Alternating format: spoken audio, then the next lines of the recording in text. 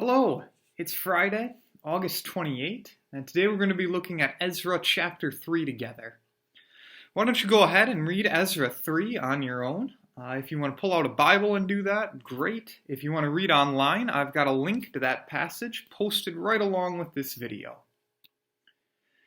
So lately we've been talking about stories about God's people in exile, brought away from their homelands. We said that God, as punishment, as judgment for his people's sins and constant unfaithfulness to him, God allowed the people to be carried off into exile.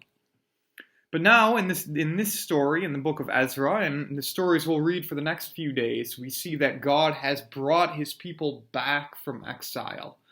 Under the reign of the Persians, God has moved the Emperor Cyrus to allow God's people to return to Jerusalem and the land of Judah and Israel, and to rebuild the temple. So in Ezra chapter 3, we get the story of God's people rebuilding the altar for offering sacrifices to God, and then beginning the work of rebuilding the temple, the place where they would come to worship God, what was considered to be the house of God. And so as the people make their sacrifices and as the people lay the foundation of the altar, they are worshiping God. And they give thanks. They say to the Lord, about the Lord, he is good. His love toward Israel endures forever.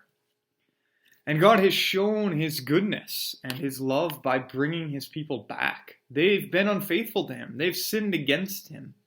And it's not like they've been able to make up for their sins. It's not like the people have made themselves perfect and sinless. No, God in love has brought the people back. And the Israelites viewed the temple as a sign of God's presence. They viewed their homeland as a gift from God. To be thrown out of their homeland, to be kicked away from the temple, was for them like being cast out of God's presence. To be brought back is to be like being invited into God's presence again. And they understand that they are still God's people, that God still loves them, that God still cares for them, that God has shown them incredible mercy and grace by still continuing to have a relationship with them, even though they failed.